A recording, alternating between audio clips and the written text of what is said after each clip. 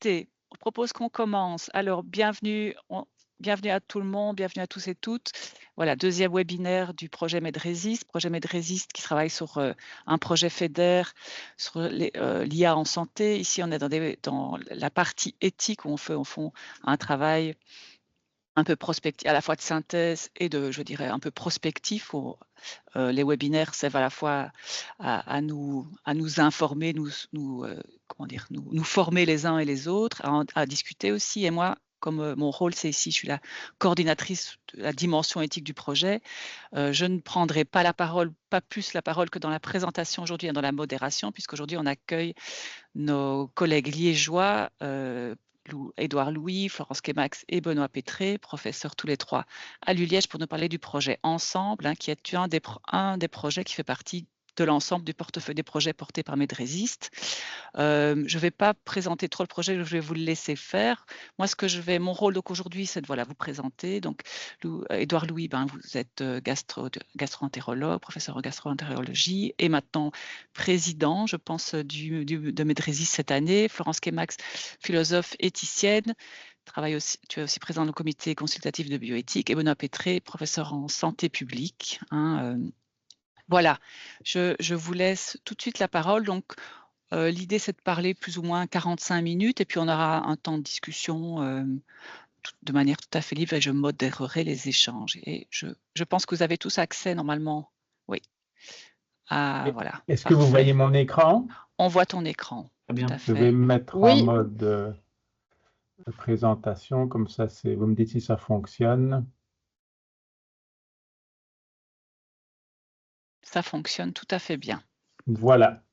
Donc, je vais vous présenter dans les grandes lignes le projet Ensemble et ce que ce projet essaye d'atteindre.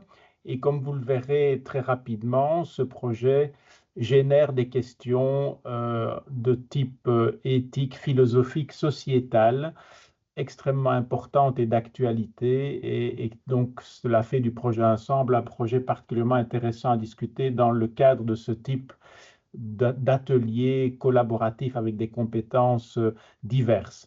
Donc au départ, Ensemble, c'est une évaluation de la possibilité d'implémenter ce qu'on appelle les scores de risque polygéniques dans la pratique médicale en Wallonie. Alors ce que je vais faire, c'est vous expliquer en 2-3 mots ce que c'est les scores de risque polygéniques et en quoi ils pourraient être utiles d'un point de vue purement médical. Et puis vous verrez qu'évidemment, Benoît et Florence vont derrière cela discuter les questions sociétales, éthiques et philosophiques qu'il y a derrière.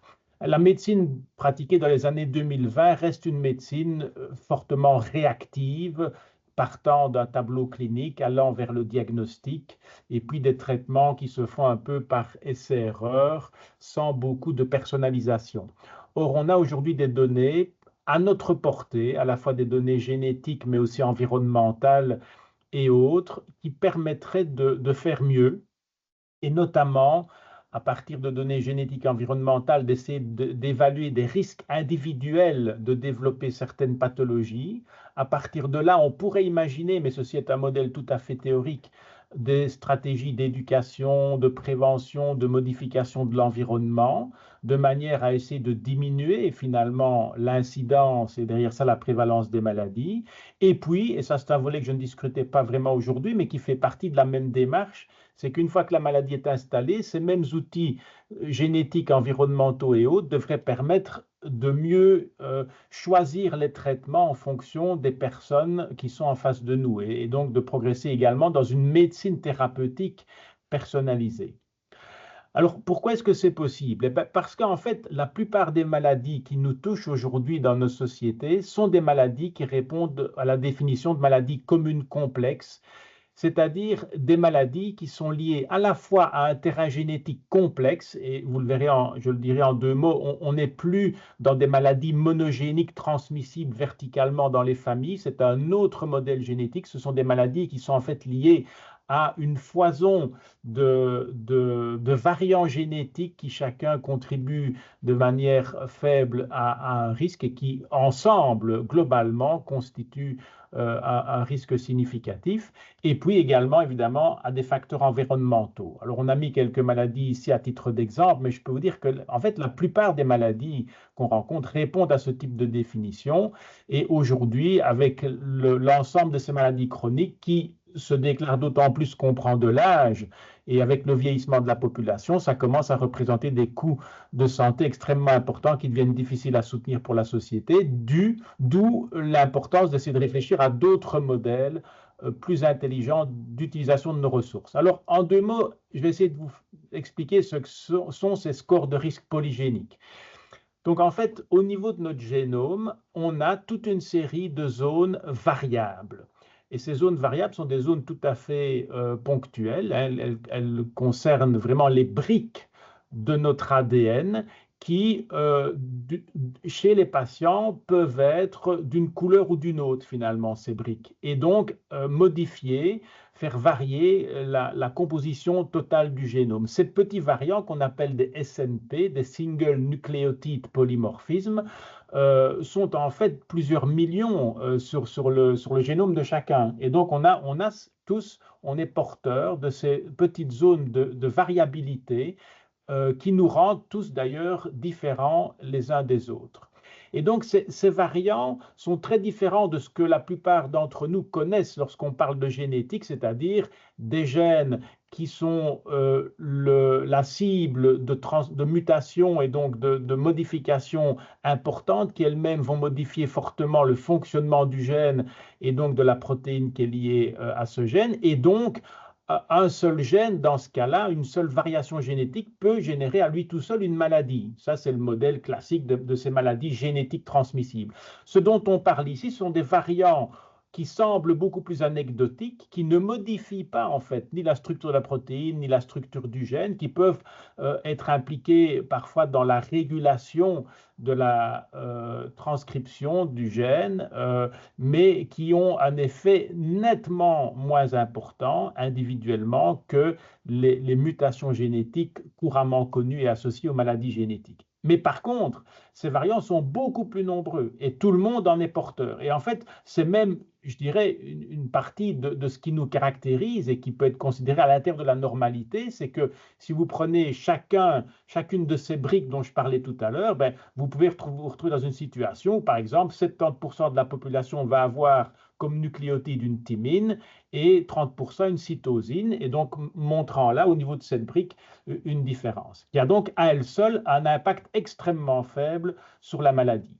Néanmoins, on a constaté par toute une série d'études d'association entre tous ces variants qui sont au nombre, comme je le disais, de plusieurs millions chez chacun d'entre nous, une association entre ces variants et toute une série de traits complexes. Alors les traits complexes, ça peut être la taille par exemple de quelqu'un, mais les maladies peuvent être considérées ici également comme des traits complexes. Et donc ce qui se passe ici, c'est qu'on se rend compte que tous ces petits variants peuvent impacter ces traits complexes et donc potentiellement la maladie en constituant finalement un ensemble de cofacteurs, chacun ayant un rôle extrêmement limité. Et quand on les additionne, tous ces variants qui, à chacun d'entre eux, représentent un mini-risque associé au développement d'une maladie ou un facteur très légèrement associé à un trait complexe, eh bien, on se retrouve avec un score de risque polygénique qui, au départ, dans un modèle très simple, est purement la somme des risques individuels des variants dont je parlais tout à l'heure. Et donc, ça veut dire que pour une population, on va se retrouver, en fait, en fonction de la maladie qu'on étudie ou en fonction du trait qu'on étudie, avec une distribution de la population qui est une distribution gaussienne, avec finalement des gens, lorsqu'on calcule ces scores de risque polygénique, donc quand on additionne tous ces micro-risques pour avoir un score de risque global, on va se retrouver avec un petit pourcentage de la population qui est à haut risque de développer la maladie et un petit pourcentage de la population qui est à très faible risque, et puis une masse de population qui est à risque moyen de développer la maladie. Et donc, si on fait ça, par exemple, pour le cancer du sein et qu'on classe les patients en fonction de leur risque de score de risque polygénique classé en percentile, donc classé sur une échelle qui va de 0 à 100, eh bien, on voit que les patients qui sont dans la partie haute du percentile concernant ce score de risque polygénique pour le cancer du sein, vont avoir une fréquence de cancer du sein plus élevée que les personnes qui sont dans la partie tout à fait basse de ces percentiles. Et puis qu'il y a les personnes qui sont au milieu. Donc on voit que et on peut refaire la même chose pour l'ensemble des maladies complexes, on voit qu'en fonction du classement obtenu par le score de risque polygénique sur une échelle de percentiles, on va avoir des risques de développer la maladie qui sont très différents. Et donc ça va permettre de calculer d'une certaine façon des risques relatifs de développer une maladie. Si on prend par exemple pour une maladie donnée une population de 1000 personnes et qu'on prend les 200 personnes qui ont le PRS le plus élevé, eh bien on va se retrouver avec 60 sur 200 qui ont la maladie, 60 et 140 ne l'ont pas. Et si on prend 80% de la population, donc 800 personnes avec un PRS qui n'est pas élevé, qui constitue tout le reste, on va avoir 80 malades sur 800 et donc un pourcentage plus faible. Et ça permet de calculer des risques relatifs et de définir quel est le risque relatif pour une maladie donnée d'avoir un score de risque polygénique qui se situe dans la partie haute du percentile. Et dans le modèle pris ici, on a un risque relatif qui est de l'ordre de 3,5. Donc, le risque de la personne qui se situe avec un percentile élevé est 3,5 fois supérieur de développer la maladie au fil du temps. Maintenant, ça, ce sont des risques relatifs, mais les PRS permettent également d'évaluer des risques absolus qui vont se développer au cours de la vie. Ce sont ici les courbes de risque de développer une maladie donnée et on va se retrouver avec des courbes différentes pour les personnes à haut risque, donc avec des PRS élevés en rouge, comparé aux personnes avec des PRS faibles en vert, avec finalement comme conséquence que d'une part, plus de personnes avec un PRS élevé au cours de leur vie vont développer la maladie, mais que cette maladie va survenir aussi souvent plus jeune. Et qu'on va se retrouver avec des risques relativement similaires, avec des personnes qui ont des âges très différents, c'est-à-dire un risque déjà atteint vers l'âge de 40 ans pour les personnes à risque élevé, alors que le risque ne sera atteint qu'à 60 ans pour les personnes avec un score moyen, et seulement à 75-80 ans pour des personnes avec un risque faible. Alors, les risques absolus, ils intègrent non seulement les PRS, mais également l'environnement. Et c'est ce qui va transformer finalement le risque relatif en un risque absolu, c'est ce qui se passe dans la vie des personnes et qu'on peut caractériser entre autres par les facteurs environnementaux. Si on prend par exemple les risques cardiovasculaires, de maladies cardiovasculaires, infarctus du myocarde et autres, bien, elles sont conditionnées, ces maladies, par un score de risque polygénique, elles sont associées à une héritabilité polygénique et donc on peut calculer le score de risque polygénique, mais elles dépendent également et fortement de toute une série d'autres facteurs tels que le tabagisme, le type d'alimentation, la sédentarité, l'hypertension artérielle, le diabète qui vont profondément moduler en fait ce risque. Et donc les scores de risque polygénique qu'on utilise aujourd'hui essayent au maximum de s'enrichir des facteurs environnementaux pour les associer aux données de la génétique et pour en faire des risques les plus proches possibles de la réalité pour les patients qui nous concernent. Et donc voilà des exemples d'utilisation possible de ces scores de risque polygéniques. Si on prend des maladies pour lesquelles il existe déjà un programme de dépistage, on est ici principalement dans la prévention, comme le cancer du sein et du cancer du côlon, on imagine bien qu'une partie de la population qui a un score de risque polygénique qui l'amène à un risque relatif 3 ou 4 fois celui de la population générale, on pourrait imaginer d'adapter le programme de dépistage, de le commencer plus tôt, d'intensifier les mesures prises en prévention, les examens de dépistage et éventuellement d'aller parfois vers des examens plus performants mais aussi plus invasifs parce que le risque est ici assez élevé. Et donc ça, c'est, je pense, très pertinent par rapport au cancer du sein et du côlon. Par rapport à d'autres maladies où il n'y a pas aujourd'hui de dépistage de masse, on pourrait imaginer, comme le cancer du poumon, le cancer de la prostate, pas de dépistage de masse organisé, on pourrait imaginer de créer des programmes, notamment pour les personnes particulièrement à haut risque. Et puis pour d'autres types de maladies qui ne sont pas des cancers, mais plutôt des maladies comme des maladies cardiovasculaires, des maladies dégénératives ou des maladies inflammatoires chroniques, on pourrait, en fonction du score de risque des patients considérés, mettre en place des programmes d'éducation à la santé qui porteraient sur les facteurs de risque de manière à essayer de les atténuer et également envisager des stratégies de diagnostic plus précoces et des traitements appropriés. Et on sait que dans ces maladies, en général, plus les traitements sont mis en route tôt, plus ils sont efficaces. Mais derrière tout ça, vous voyez, tout cela est faisable, mais à chaque étape de la mise en place de ce type de stratégie, et ça passe évidemment d'abord par la validité clinique des tests qu'on utilise et puis par leur utilité clinique, on voit qu'il y a des questions en fait éthiques, réglementaires, légales, sociales qui sont posées en fait à toutes les étapes de mise en place de ce type d'outils. Et donc, le projet Ensemble, en fait, il vise effectivement à essayer de mettre en place une cohorte qui est une cohorte d'études, en fait, où on essaye d'une part de calibrer les scores de risque polygénique pour la population wallonne, pour quelques maladies emblématiques comme le cancer du sein, du côlon, les maladies cardiovasculaires, etc. Et il y a, dans le cadre du projet Ensemble, tout un accompagnement avec une cellule qui comprend des personnes de santé publique, des philosophes qui sont présents d'ailleurs aujourd'hui. On essaye d'impliquer aussi les patients, les citoyens, pour avoir une réflexion commune sur les questions qui sont posées par la genèse de ces outils. Voilà ce que je voulais vous communiquer aujourd'hui. Je vais arrêter mon partage et je ne sais pas si pour les questions, comment vous voulez procéder, est-ce qu'on attend après ou pas, comme vous voulez. Moi, j'avais imaginé qu'on poserait toutes les questions après, mais c'est vrai qu'il y a peut-être des questions de compréhension. Ouais. Florence, peut-être, tu veux... Oui, j'en ai deux, merci beaucoup. Je pense donc, Édouard, tu expliquais que derrière les PRS, en fait, il y a les SNPs. Et tu en as parlé en termes d'addition. Alors moi, je pensais que les entraînements des modèles, notamment avec l'intelligence artificielle, étaient plutôt destinés à identifier non pas tellement quelque chose comme une addition de chaque fois, une petite quantité de risque, hein, mais plutôt à repérer ce qui se présenterait comme des associations, c'est-à-dire le risque augmente quand tu vois tel ou tel ou tel ou tel SNP associé et que ce qu'on essaie de repérer, c'est la fréquence ou la récurrence des associations et leur lien ou leur corrélation avec un niveau de risque. Est-ce que j'ai bien compris ou pas bien compris? Tu as raison, mais c'est vers ça qu'on va.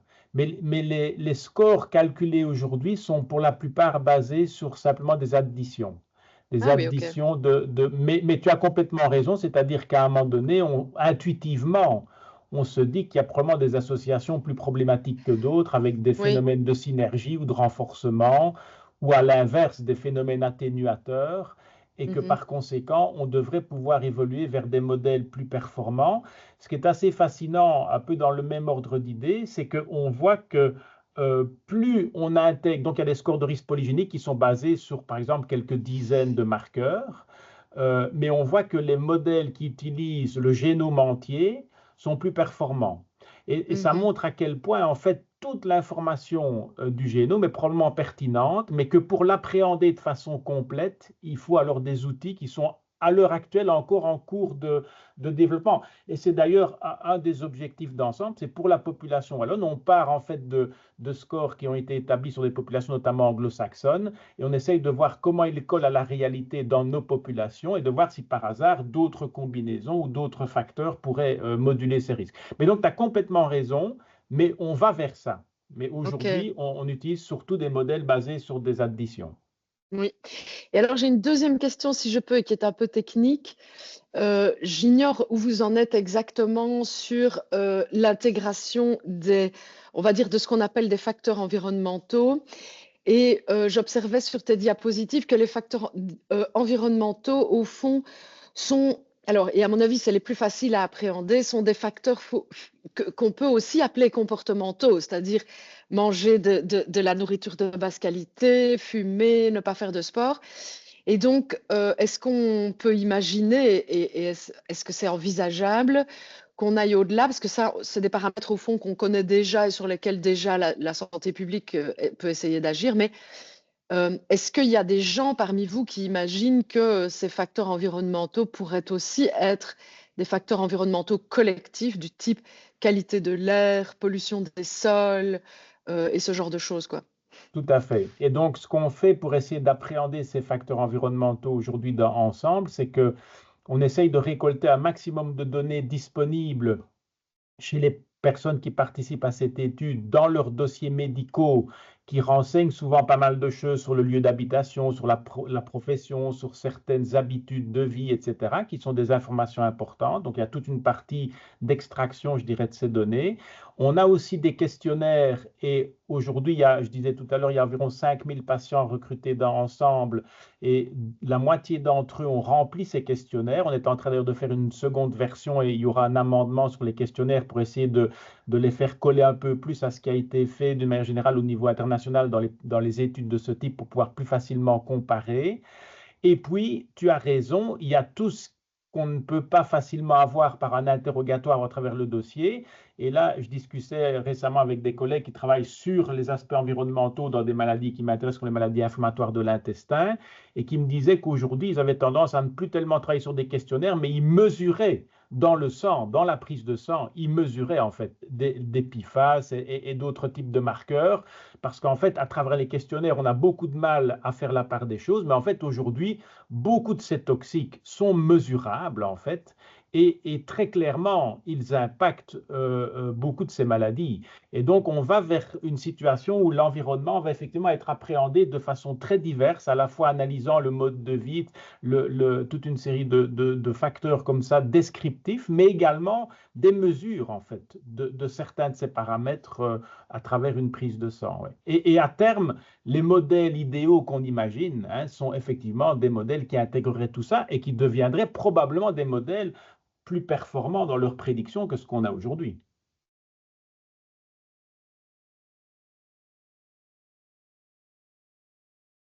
Hugo. Vas-y, Hugo. Bonjour, je me présente très brièvement, je suis Hugo Mention. Je suis un doctorant en biologie computationnelle sur le campus d'Erasme à l'ULB. Et donc, nous, récemment, on a eu accès à UK Biobank, qui est cet effort énorme pour les gens qui ne savent pas, où ils ont séquencé 500 000 génomes, whole genome, ils ont établi 10 000 variables environnementales, cliniques, etc. Et donc, je me demandais, par rapport à cet effort qui est considérable, en fait, qui est du coup quasiment 10 ordres de magnitude plus gros en termes de population que le projet Ensemble, est-ce que vous avez prévu, dans ce processus de validation des findings, d'utiliser cette base de données et bon, ça, c'est une première question. Et puis, j'aurais une deuxième question par rapport, voilà, moi, il y a quelque chose qui me turlupine un petit peu avec ces études, qui sont géniales, hein, par ailleurs, qui sont des prouesses assez impressionnantes. C'est qu'il y a cet effet voilà, de corrélation qui est observé entre différentes variables. Je pense notamment, par exemple, c'est peut-être un petit peu éloigné du sujet, par rapport au cancer de la prostate. Pendant toute une période, la population antillaise a été marquée comme en fait étant sujette au risque de développer des cancers de la prostate, alors qu'en réalité, c'était juste une exposition au chlordécone, qui est ce pesticide qui a été mis sur les plantations de bananes, etc. Et donc en fait, je me disais, enfin ma question pour la reformuler peut-être de manière plus précise, c'est vous, dans votre démarche, est-ce que vous avez prévu dans l'outillage statistique, d'intégrer ces études de confondants en fait dans les associations et si oui, est-ce que vous travaillez avec des statisticiens ou quoi? Ça m'intéresse, Oui. ça m'intéresse beaucoup. Donc oui, effectivement, c'est deux questions extrêmement pertinentes. Donc pour la UK Biobank, on travaille en fait sur les données aussi de la UK Biobank. C'est-à-dire qu'en fait, les données de la UK Biobank nous servent de matrice pour procéder à la calibration des scores de risque polygénique pour notre population. En fait, c'est parce qu'il y a les données de la UK Biobank qu'on peut, nous, calibrer des scores de risque polygénique avec seulement 200-300 patients. C'est parce qu'eux l'ont fait sur des milliers, des dizaines de milliers de patients. Et donc, on se sert de ça comme matrice. Alors, je pense qu'on doit quand même le calibrer pour notre population, parce qu'on n'est pas exactement génétiquement semblable à la population anglaise et que notre environnement n'est pas exactement le même. Et donc, il faut absolument faire ce travail de calibration, puisque les scores de risque polygéniques intègrent à la fois des données génétiques, mais aussi des données environnementales à terme. Et donc on part du travail de la UK Biobank qu'on utilise effectivement pour alimenter notre recherche. Ça, c'est un premier point. Et le deuxième point, l'environnement, effectivement, ça fait suite à la question aussi de Florence, quoi, c'est que ces éléments d'environnement, il faudra à un moment donné qu'on aille les chercher, mais ça nécessite effectivement de disposer de l'information, d'avoir des ressources pour les intégrer, mais les modèles optimum devront intégrer ça, effectivement. Oui.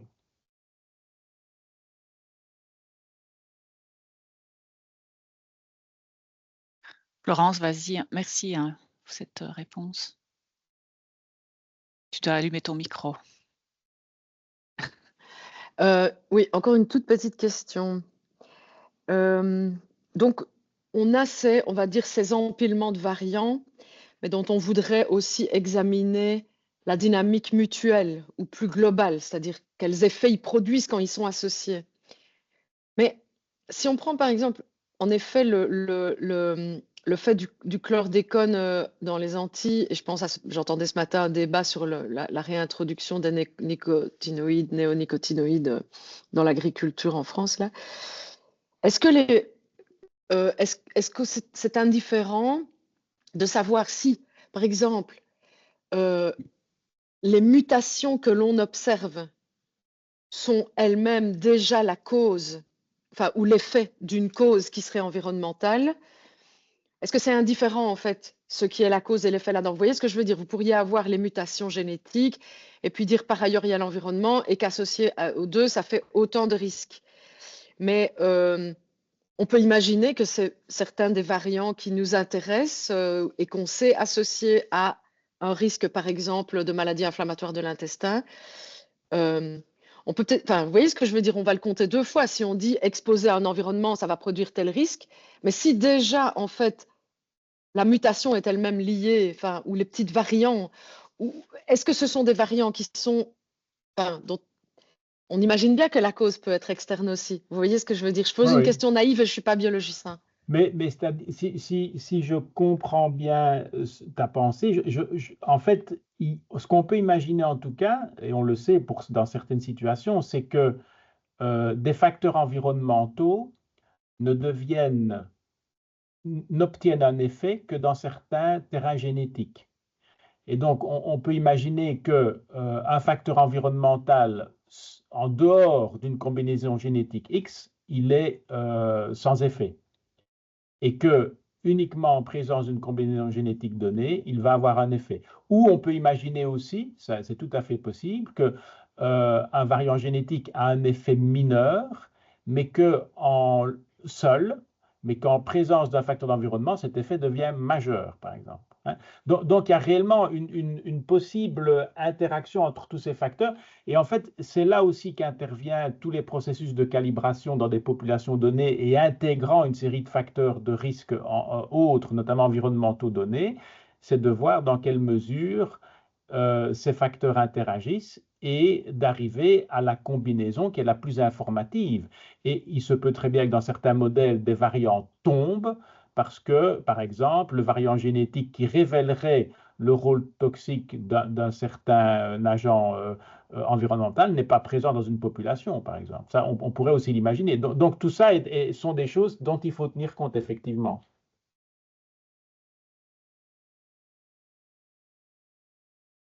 Merci beaucoup. Est-ce qu'il y a encore d'autres questions? Merci beaucoup, Édouard. Très instructif. Je reviendrai sûrement vers toi pour compléter. Voilà, aussi parce que j'ai en tête un projet sur les PFAS, mais ce sera pour une autre fois.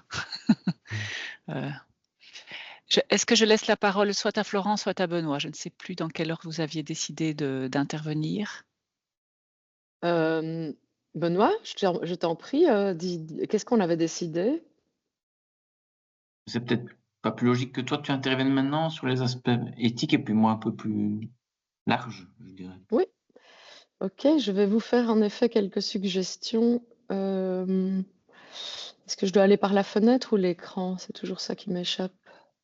Ouais, je crois que c'est ça. Ah oui. Partage une... Est-ce que vous voyez ce projet ensemble? Bon, là, on se voit tous. Ah oui, On- arrêtez le partage. Attends, je partage une fenêtre. C'est pas la bonne Tu idée. peux partager ton écran, je crois que c'est le plus facile. Oui, Et c'est puis écran, tu hein, c'est actives ça. là. Oui, c'est plus Ouais. facile. Ouais. Alors, je vais arrêter le partage. Je recommence. Je vais aller sur écran. Voilà, là, on voit un écran. Ouais. Ouais, Et alors... voilà. Ici, à Ça, mon vous avis, voyez, projet ensemble, polygenic ouais, à mon avis, response. tu peux probablement le mettre en Oui, diaporama. un display là, hop, Ouais. comme ça. Et voilà, c'est parfait. OK. Oui, donc merci. Alors, l'intervention que je fais, en fait, elle est basée sur une littérature scientifique. J'avais fait avec d'autres une recherche l'année dernière, et notamment sur, nous avions trouvé une publication portée notamment par des collègues belges, qui était une revue de littérature des questions éthiques posées par les âges cliniques des scores de risque polygénique. Vous voyez, c'est la première référence. Et donc, on avait pris soin de lire convenablement ces articles, voilà, pour la littérature. Et je précise aussi que ces remarques que je vais formuler aujourd'hui, je les dois à beaucoup de gens qui ont participé à, on va dire, une sorte de webinaire préparatoire l'année dernière où justement nous avons échangé à plusieurs sur comment dirais-je, oui, sur ce qu'on estime être des questionnements éthiques, en fait, ou des risques éthiques liés au score de risque polygénique, ce qui ne veut pas dire que nous sommes opposés à l'usage de ces technologies, bien évidemment. Donc voilà, je remercie quand même les gens, encore une fois, ceux qui m'avaient aidé à faire ça. Alors, en fait, il me semble qu'on peut adresser déjà un certain nombre de questions éthiques en montrant que, au fond, il y a au moins 3 aspects à prendre en compte. Donc, en fait, si c'est un outil qui pourrait révolutionner les stratégies de santé publique, finalement, hein, telles que les a présentées Édouard Louis à l'instant, bah, au fond, il faut peut-être essayer d'arriver à dire quelles sont les caractéristiques de cette médecine personnalisée et de distinguer les points d'attention éthique en fonction de ces caractéristiques donc, qui sont propres à ce type de médecine personnalisée et prédictive. Et donc, j'ai ici gardé des remarques sur 3 plans. Le fait que c'est un projet de médecine, ou c'est une médecine qui se met en place, qui se base sur des données à la fois cliniques, génétiques et environnementales, qui tentent de mobiliser ces 3 dimensions. Peut-être quelques considérations éthiques sur le fait qu'elle mobilise ou qu'elle devra mobiliser les outils de l'intelligence artificielle. Et un 3e point qui tient au fait que c'est une médecine qui vise l'obtention d'indicateurs prédictifs, que c'est une médecine à vocation prédictive et que ça aussi, ça pose des questions. Et pourquoi je distingue ces 3 aspects? D'abord par méthode, mais aussi parce qu'il me semble que ça pose justement des problèmes éthiques qui sont différents et qui méritent d'être traités chacun pour lui-même. Et je viens tout de suite à mon premier point. Alors, c'est-à-dire une médecine qui est basée sur des données. Alors, ce que souligne la littérature, premièrement, concernant les données, c'est que dans d'autres contextes d'usage de la génétique, on est exposé à quelque chose comme un risque de sous- ou de sur-ajustement. Et nombre de chercheurs qui sont plus compétents d'ailleurs que moi sur la manière dont les calculs en fait sont menés soulignent qu'on a toujours des risques dans les biais de recrutement qui pourraient entraîner un manque de diversité dans les données. En fait, ça a à voir avec la question qui vient d'être posée. Est-ce qu'on se base sur la UK Biobank et comment est-ce qu'on la réajuste? Avec toujours le risque d'une sous-représentation de certains groupes dans les données qui vont constituer la base de l'entraînement en fait des outils technologiques et numériques. Et donc, on pourrait imaginer, ou en tout cas, il faut être attentif au fait que on pourra, si on n'est pas attentif à ça, on risque d'avoir une performance prédictive qui est meilleure pour certains groupes au détriment d'autres groupes qui n'auraient pas été suffisamment présents dans les données d'entraînement. Et beaucoup de chercheurs ont suggéré que pour l'instant, l'usage de ces outils, compte tenu de leur entraînement, promet sans doute d'améliorer la prise en charge des eurodescendants, mais peut-être moins celle des autres s'ils sont moins présents pour X raisons dans les bases de données.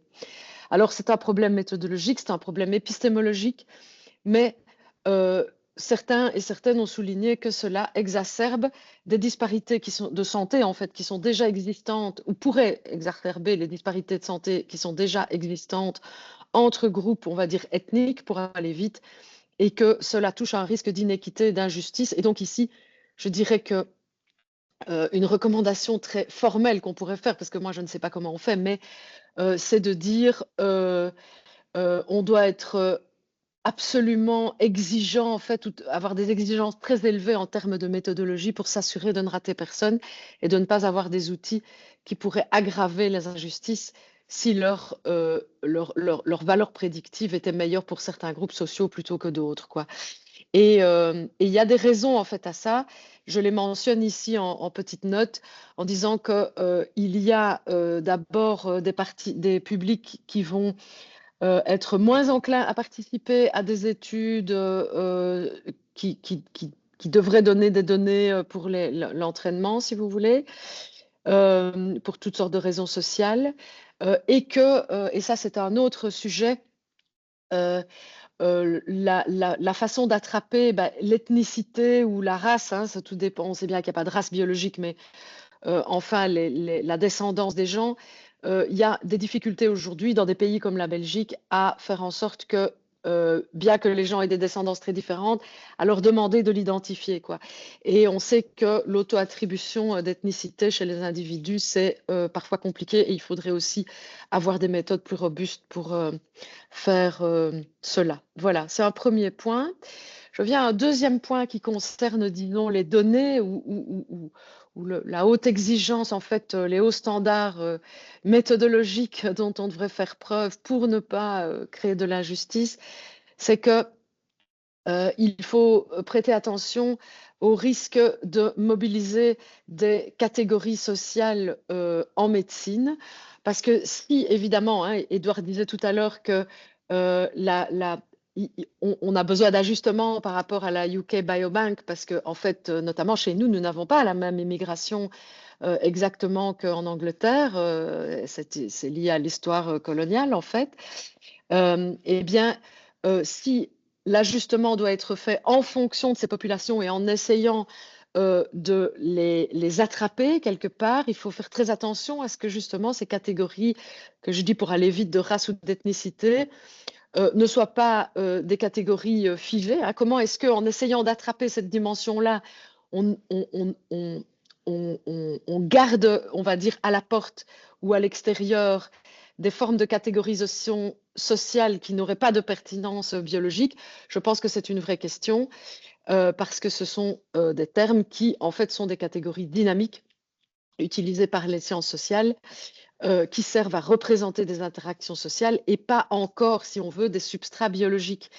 Et donc, il y a là-dedans des risques d'erreur épistémique, hein, assimiler l'ascendance, qui peut être une notion pertinente en termes génétiques, à des notions de race et d'ethnicité. Donc, il faut être prudent là-dessus. Il y a moyen de le faire, je pense. Ça pourrait aussi amener, il faut être vigilant, disons, aux effets sociaux, en fait, de l'usage de ces outils. Attention à ne pas détourner l'attention de certains déterminants sociaux de la santé qui sont importants pour l'évaluation et la prédiction du risque si l'on intègre des données biologiques qui elles-mêmes sont liées à l'ascendance et donc à ce qui est perçu comme race. Vous voyez une espèce de mélange finalement du social et du biologique qui est sûrement nécessaire, mais qui doit être fait avec prudence parce que elle est toujours susceptible de redonner, on pourrait dire, des ailes à des formes de catégorisation raciale ou de discours raciaux, c'est-à-dire racistes, qui sont socialement problématiques et dangereux. Et donc voilà, on a aussi ici un enjeu éthique qu'on pourrait dire de risque d'injustice qu'il faut adresser, quoi. J'espère que je me fais bien comprendre. Ensuite, encore sur les données, les chercheurs qui ont travaillé sur ces questions soulignent que l'intégration des données environnementales est un véritable défi. C'est comment faire en effet pour identifier les facteurs environnementaux de manière adéquate. Il y a des déterminants chimiques, biologiques, physiques. Et ce qui est intéressant, c'est que ces déterminants chimiques, biologiques, physiques, en fait, ne sont pas seulement ceux, et c'était l'objet de ma question tout à l'heure, ceux qui sont des facteurs individuels et comportementaux, donc c'est-à-dire des déterminants qui peuvent être chimiques, mais qui viennent par le comportement, qui est lui-même d'ailleurs en partie socialement façonné. On sait qu'il y a plus de tabagisme dans certaines catégories de la population, etc., que la nutrition est elle-même, comment est-ce qu'on va dire, un problème dans certains groupes sociaux plutôt que dans d'autres, etc.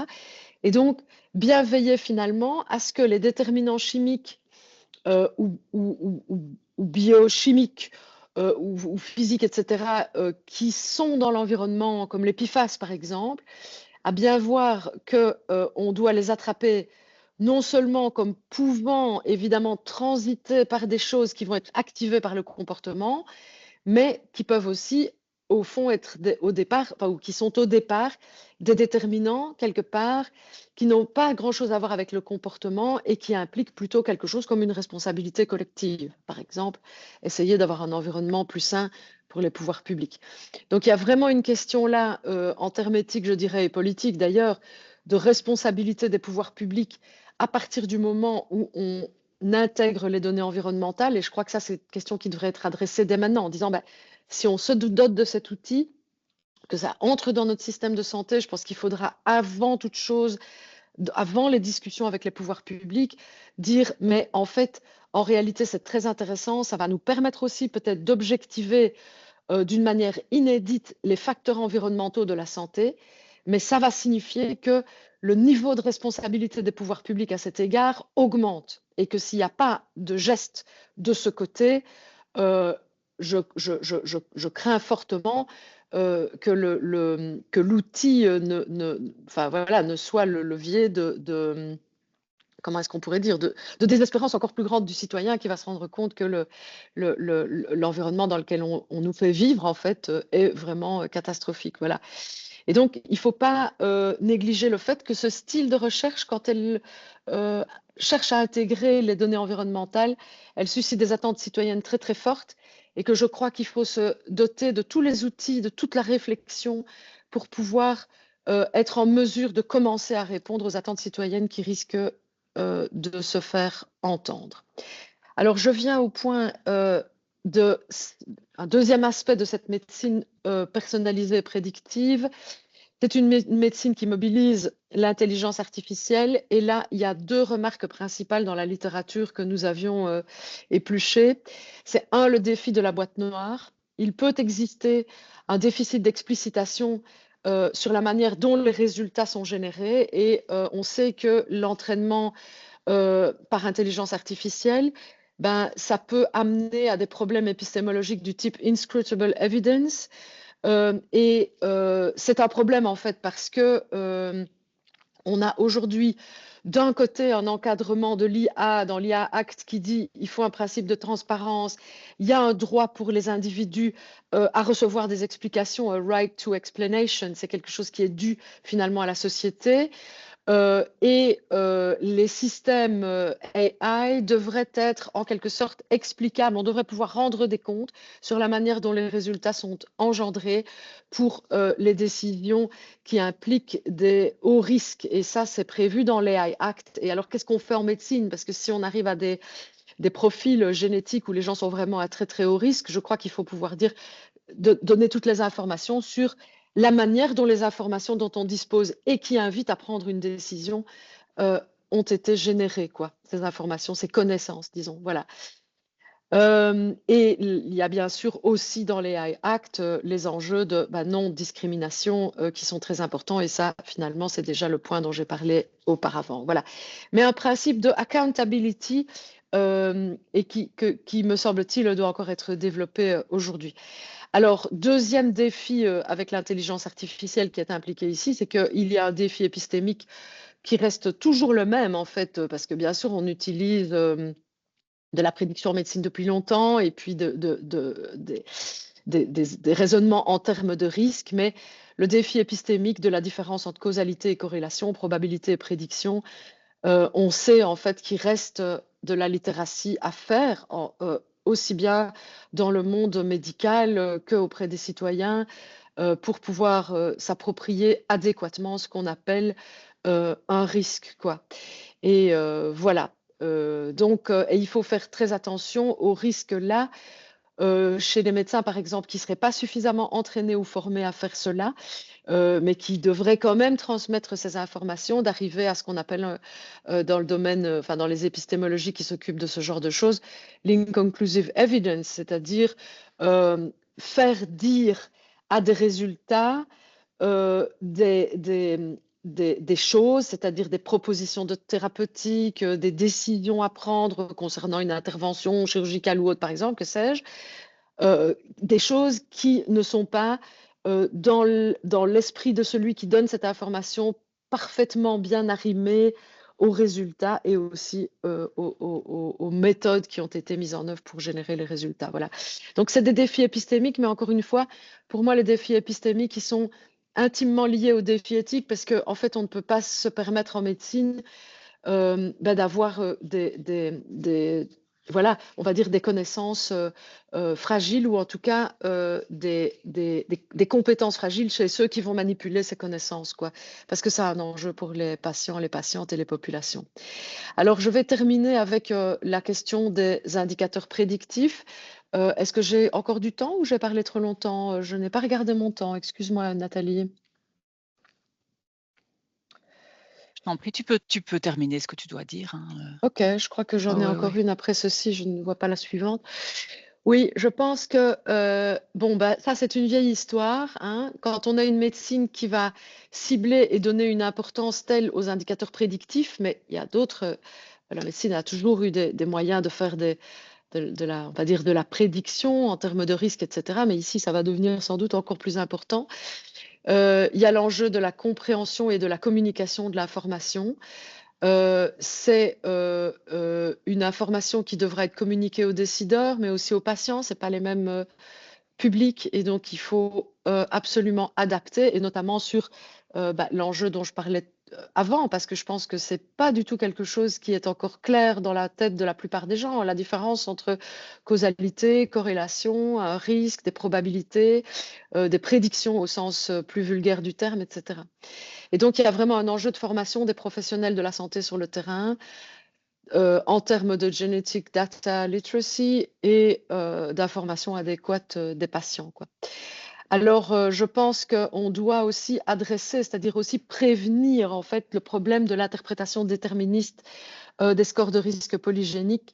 On doit savoir que quand on donne une information au patient, ce n'est pas un cerveau qui communique un simple contenu à un autre cerveau. Bien sûr, c'est quelqu'un, et Edouard le sait très bien, et tous les gens qui sont ici aussi, ce sont des mots, ce sont des données, ce sont des explications en fait qui vont en quelque sorte atterrir sur le terrain d'une vie, d'une existence. Et les individus sont tous différents les uns des autres, comme ça a été dit, et ils le sont aussi existentiellement. Il y a des gens qui peuvent être extrêmement fatalistes. Et donc, il y a aujourd'hui, à mon avis, pas encore une préparation suffisante sur ces outils génétiques et biologiques. Je veux dire par là que la vieille représentation déterministe, causaliste qui est dépassée en fait aujourd'hui, elle est toujours présente et elle continue de façonner, je pense, les cadres de perception et de compréhension dans le grand public. Et donc, cette focalisation sur ce niveau biogénétique, il risque de renforcer un fatalisme qui est préexistant. Et je crois qu'il faut qu'on arrive à construire un autre discours autour de la complexité de ces sciences, de quoi elles sont faites et de à quel genre de nature, en fait, elles nous confrontent, qui est une nature, en fait, beaucoup plus complexe, beaucoup moins linéaire, déterministe que l'image qu'on en a véhiculée pendant longtemps et qui est encore aujourd'hui agissante sur les représentations.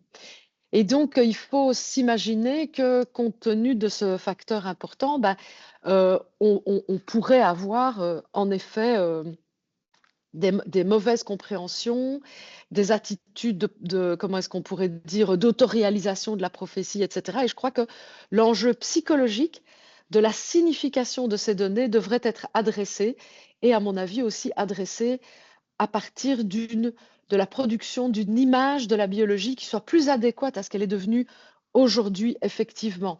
Et je pense qu'il y a encore du travail de ce côté.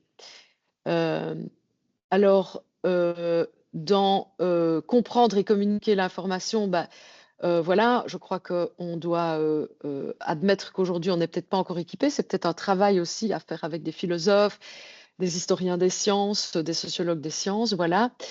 J'ai parlé aussi d'adresser le problème de la stigmatisation des personnes qui présentent un score de risque élevé. Jusqu'où cette information restera-t-elle une donnée strictement à caractère personnel, hein, parce que je pense que la tentation, comme d'autres données génétiques auparavant, la tentation sera grande pour d'autres activités sociales de s'en emparer, de les utiliser. On pense bien sûr aux assurances.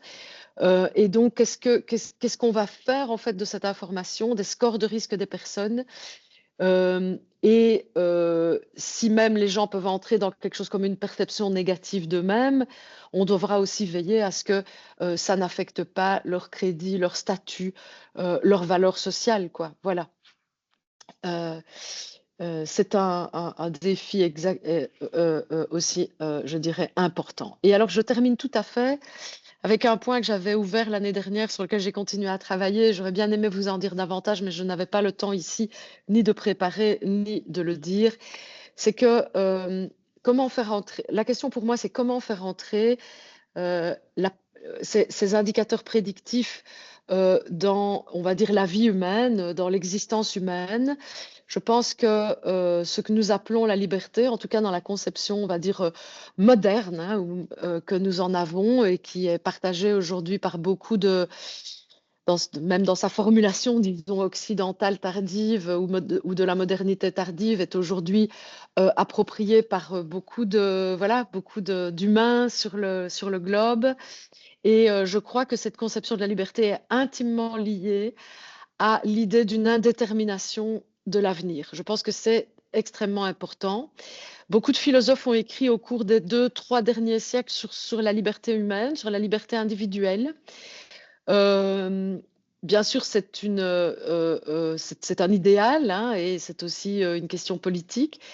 Mais un point que beaucoup d'auteurs aujourd'hui commencent à remettre en évidence, c'est de dire, mais même si ce n'était pas central dans les discussions des philosophes du passé, c'était un présupposé quelque part, et c'est un présupposé que l'on interroge aujourd'hui et que l'on remet en avant, et qui est celui selon lequel, au fond, la liberté dont nous avons parlé, politique, morale, existentielle, etc., c'est une liberté qui n'est pas concevable si nous n'avons pas la représentation d'un temps humain qui est où le futur se présente comme quelque chose d'ouvert et d'indéterminé. Et donc, pas mal de philosophes suggèrent aujourd'hui que nous sommes entrés, avec notamment les technologies numériques, dans un univers ou dans un monde où les technologies sont ce que Marc Hunyadi, qui est un collègue de l'université de Louvain, appelle des prescriptions de temporalité, que les machines qui font toutes sortes de choses à notre place vont aussi, en quelque sorte, ordonner notre action future. Alors souvent, c'est notre action future la plus immédiate. Je ne lis pas la citation parce que je n'ai pas le temps, mais je vous enverrai le PowerPoint. Et beaucoup de technologies aujourd'hui proposent de nous faire gagner du temps, comme ça on peut travailler plus en parallèle, de gagner du temps par exemple en réalisant des planifications pour nous. Par exemple, le fait de comment dire, je dois aller à Turin pour un colloque, je voudrais y aller en train et je demande à l'IA de me faire tout un truc et de me dire, tiens, la meilleure pension, la mieux classée à côté de Turin, c'est à côté de la gare, c'est ça, etc. Et donc, au fond, c'est comme si notre avenir, en fait, proche, mais parfois même plus lointain, est déjà balisé par toute une série de choses que j'ai en quelque sorte accepté sur lesquelles j'ai décidé de donner prise dans mon futur, quoi. Et un futur prédit est quelque chose qui ne va pas de soi. Et je pense que ce n'est pas l'anticipation du futur à travers des risques de santé n'est pas en soi une chose inacceptable éthiquement, mais je pense qu'on doit réfléchir à la place que ça doit occuper, de telle manière que sur d'autres terrains, notre avenir reste entièrement ouvert. C'est-à-dire, comment est-ce que les gens vont quand même faire des choix? Est-ce qu'il y aura des choix possibles ou des prescriptions trop dures voilà, sur le comportement, etc., etc. Donc voilà, je suis un peu elliptique sur ce sujet, mais c'est juste pour vous donner un peu d'aliments de pensée.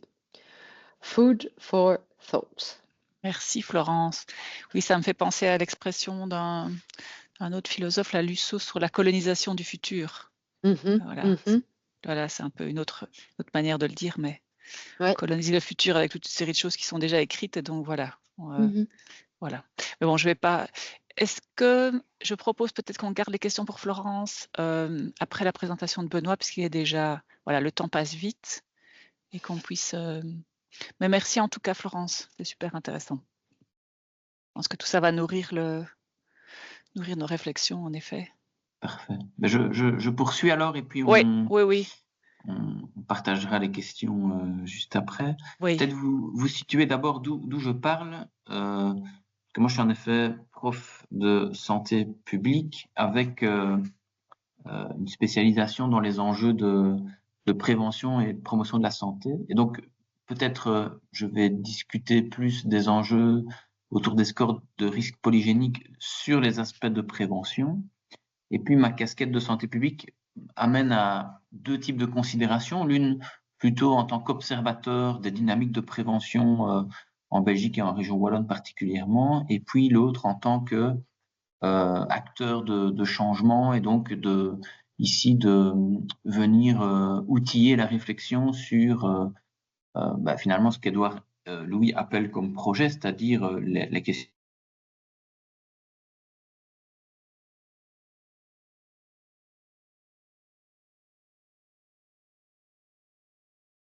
On a perdu Benoît. Oui, étonnant. Il est figé. C'était pas normal que tout se passe trop bien au niveau de la connexion, évidemment. Bon, j'imagine que il va revenir. On m'entend, moi? Tu m'entends? Oui, tout à fait. Parce que bizarrement, j'arrive pas non plus à, par exemple, rouvrir la grande fenêtre, tu vois? Je m'apprêtais à regarder un truc étonnant. Ah oui, agrandir. C'est Teams qui rame un peu, peut-être? Je ne sais pas, moi ça va de mon côté, mais peut-être c'est.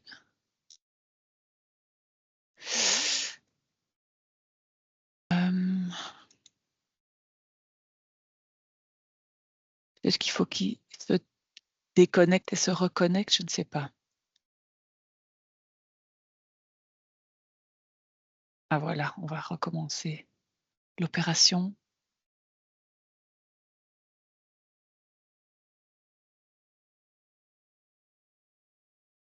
Est-ce que tu penses que nous devons faire de même? Non. Je ne pense pas. Je pense que pour tout le monde, ça a l'air de bien se passer, donc. Oui. Et voit-on toujours son écran? Non, il s'est déconnecté. Là, à mon avis, il a un problème soit d'électricité, soit de réseau. Si ça tombe, si tu veux, il a oublié de brancher son ordi. Ça peut être ça, quoi, simplement. Je ne dis pas que c'est le cas, mais ça, je veux dire, c'est Ça pourrait être tout simplement ça. Peut-être le temps qu'ils reviennent, si quelqu'un a des questions à te poser, Florence, tant qu'on est...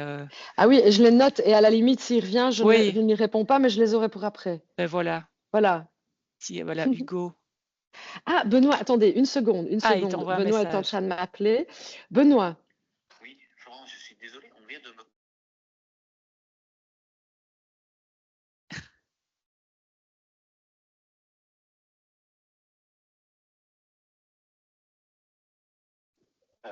alors que peut-on faire? Qu'est-ce qui se passe? Il a Tu ne plus peux de- pas, tu ne peux pas passer par téléphone.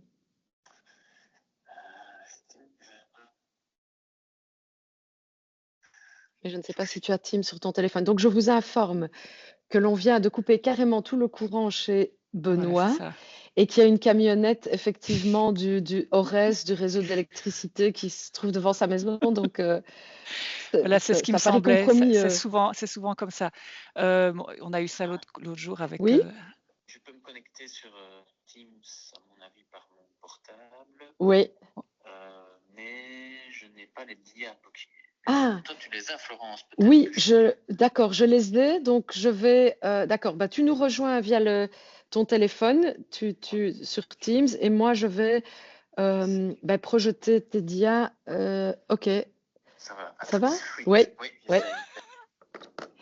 Attendez, ne bougez pas. J'adore ce genre de...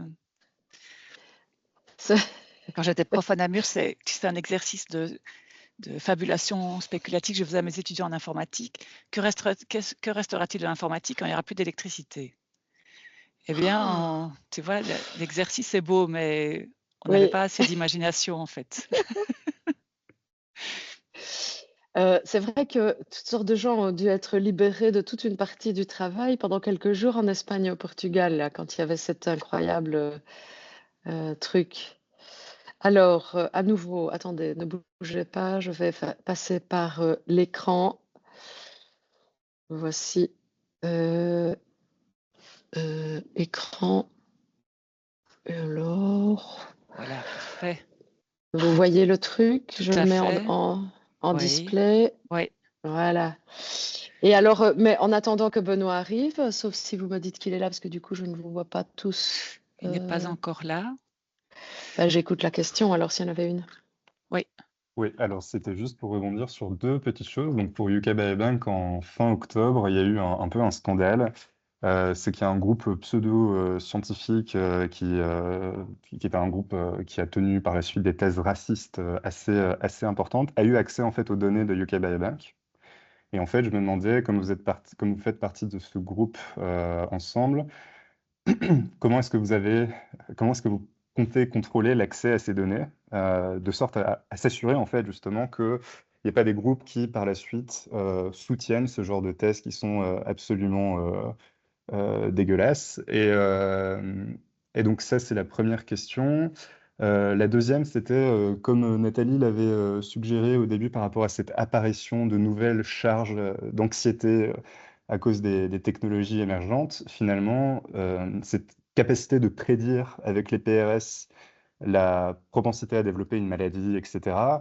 Est-ce que, justement, le fait de mettre à disposition ces outils ne nous permettrait pas d'entretenir, de déclencher un nouvel type de charge, en fait, qui est que, voilà, je sais pas, quand on est devenu conscient du réchauffement climatique, ça a donné lieu à tout ce qui est éco-anxiété, etc. Est-ce qu'en fait, on ne deviendrait pas encore plus anxieux de nos corps? Et un troisième petit commentaire par rapport à ça, c'est par rapport au corps capable, finalement, au corps qui est en bonne santé, qu'en fait ces PRS soient utilisés à des fins politiques, peut-être un jour, justement pour contrôler ce qui est un corps qui mérite le care et celui qui n'en mérite pas. Donc voilà, c'était juste des petits commentaires. Je serais très curieux d'avoir votre avis sur ces trois points. Avec Voilà. plaisir, on va en discuter après. C'est très intéressant. Alors, on a notre visiteur. Je les ai notés, donc comme ça, on ne les oublie pas. Il est là, Vous Benoît? m'entendez? Oui, Voilà, Benoît, ça va? Tu as eu... Allô. Ah, Oui, on t'entend. vraiment désolé, il fallait que ça tombe aujourd'hui. Mais... oui. Est-ce que vous m'entendez bien quand même? Ça va. plus ou moins. Ça va. Je vais couper ça aidera peut-être à la fluidité de la parole. Est-ce que je reprends? Oui, et moi je vais je vais déplacer les images, oui. Enfin, oui, Ah, vous merci. comprenez. Donc, en fait, la première diapositive voulait attirer l'attention sur le fait que en Belgique, on a un bon système de soins, mais quand on se tourne vers les aspects de prévention, en fait, on est déclassé, on recule de 5 places même dans les systèmes de ranking internationaux, ce qui montre qu'on peut faire mieux en matière de prévention. La dia suivante va plus loin, puisque si on regarde ce que nous dit le Centre fédéral d'expertise des soins de santé en Belgique, le KCE, en fait, il nous parle d'une performance en matière de prévention en Belgique qui est médiocre. Et il prend pour appui toute une série de chiffres sur les taux de vaccination ou encore sur la participation au dépistage. Pour vous donner un exemple très significatif pour la Wallonie, on a un taux de couverture du dépistage du cancer du sein dit organisé de l'ordre de 4%, 4, 5, 6% suivant les années, alors que les recommandations appellent une couverture de 70% minimum de la population. On va encore constater ces mêmes défauts de prévention, et c'est la dia suivante, sur une série de facteurs de risque, que ce soit en termes de tabagisme, de consommation excessive d'alcool ou d'obésité ou de manque d'activité physique chez les adultes. Donc, rapidement, et on peut passer à la dia suivante, ces défauts de prévention et ces conséquences que l'on peut anticiper sur la charge en matière de morbidité sur nos systèmes de santé appellent de nombreux observateurs de santé publique à demander une évolution, voire une révolution du système de santé, en indiquant que le système de santé sur ses bases actuelles n'est plus pérenne, ou encore notre doyen, Edouard, qui dit que le système économique et de santé actuel est insoutenable et met même en péril le droit fondamental d'accès à des soins médicaux de qualité. D'où la nécessité de repenser l'organisation du système de santé et cet appel à investir dans la prévention des maladies et la promotion de la santé. C'est donc une attente forte qu'il y a autour des PRS, de diminution de la charge de morbidité qui pèse sur les sociétés. Ces PRS sont en fait vecteurs d'une médecine préventive moderne. Alors pourquoi moderne? Et c'est sur la dia suivante. C'est parce que traditionnellement, la prévention est définie comme un ensemble de mesures qui visent à éviter ou de réduire le nombre et la gravité des maladies, des accidents et des handicaps. Et elle repose classiquement sur un schéma linéaire composé de 4 étapes. Vous connaissez peut-être ça, mais c'est la prévention primaire, donc ce qui renvoie à tous les actes destinés à éviter l'émergence d'une maladie, par exemple la vaccination. La prévention secondaire, qui renvoie à tous les actes destinés à détecter de façon précoce une maladie, donc classiquement c'est le dépistage, et la prévention tertiaire, qui renvoie à tous les actes destinés à réduire et éviter les complications d'une maladie. On parle aussi maintenant de plus en plus souvent de prévention quaternaire, qui vise à accompagner les personnes en fin de vie ou à démédicaliser finalement l'accompagnement des patients. Et l'introduction des PRS introduit une nouvelle médecine préventive qui est porteuse d'un système hybride entre la prévention primaire et secondaire, puisqu'on est on n'est pas chez des individus malades, mais des individus qui présentent un risque plus élevé qu'une population de référence. Deux caractéristiques importantes que Florence a soulevées autour de ces enjeux des PRS liés à la prévention, c'est le côté de prédiction, elle l'a bien situé, et le côté de stratification du risque. On parle de personnalisation, en tous les cas, on veut qu'il y ait des plans de prévention, voire de soins, qui sont adaptés ou ajustés au risque du patient. Et ça, c'est assez donc fondamental comme changement, comme introduction dans le système de santé, ce qui pousse à réfléchir.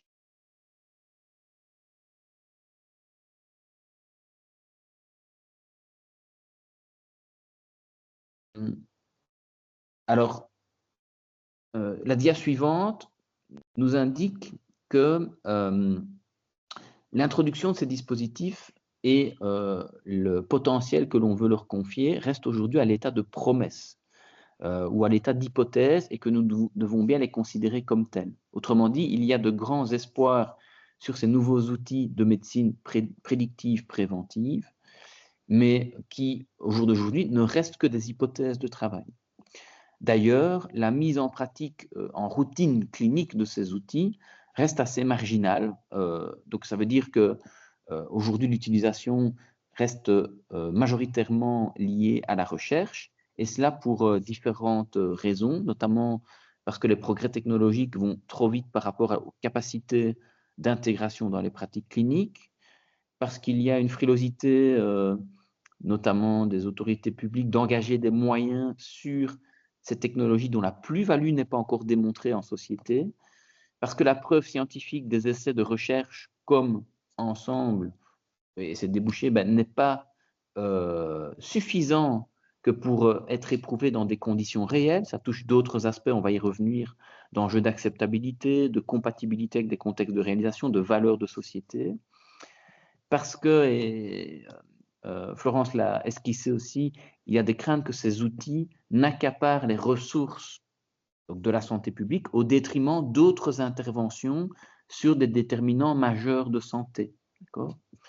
Et puis, c'est à risque aussi, en fonction de leur développement, d'exacerber les inégalités sociales de santé. Donc, toute une série de risques qui apparaissent. J'ajouterai à ça, et c'est sur la dia suivante, qu'il y a aussi une réticence d'engagement dans l'utilisation des scores de risque liée à différentes trajectoires possibles d'utilisation en fonction des tensions et des intérêts divergents qu'il peut y avoir entre différents acteurs. J'en ai repris ici quelques-uns sur la dia, mais en fonction, vous voyez bien le positionnement que peuvent avoir les industries ou les assurances, mais même par exemple l'État en tant que tel peut avoir une tension interne entre le souhait de soutenir un secteur pourvoyeur d'emploi et de développement économique comme celui des biotechnologies, tout en assurant aussi la protection de la santé de la population et donc s'assurer de donner des garanties d'utilisation éthique et d'adéquation sociétale des outils à utiliser. D'où la nécessité de nous construire des repères, puisque en fait, l'outil PRS en lui-même ne dit rien de son appropriation ou de l'usage qui peut en être fait par une société. Et c'est là que je prends peut-être la deuxième position que je peux adopter avec vous, c'est-à-dire, plutôt que de faire des constats, c'est d'être acteur de changement, ou en tous les cas de guider le changement par la santé publique. C'est la dia suivante. Et je mobilise ici un champ d'études qu'on appelle, qui est d'ailleurs consacré à cela et qui unit la santé publique et les questions de génétique, et plus précisément de génomique. C'est le Public Health Genomics et qui se définit comme l'utilisation responsable et efficace de l'information génétique et génomique dans le but d'améliorer la santé publique et de prévenir les maladies. Et donc, elle vise à traduire, on va dire, les découvertes génétiques, génomiques, qui sont issues de la recherche biomédicale, vers des applications utiles en population générale, tout en interrogeant ce que vous voyez sur la dia, c'est-à-dire des aspects éthiques, sociétaux et organisationnels.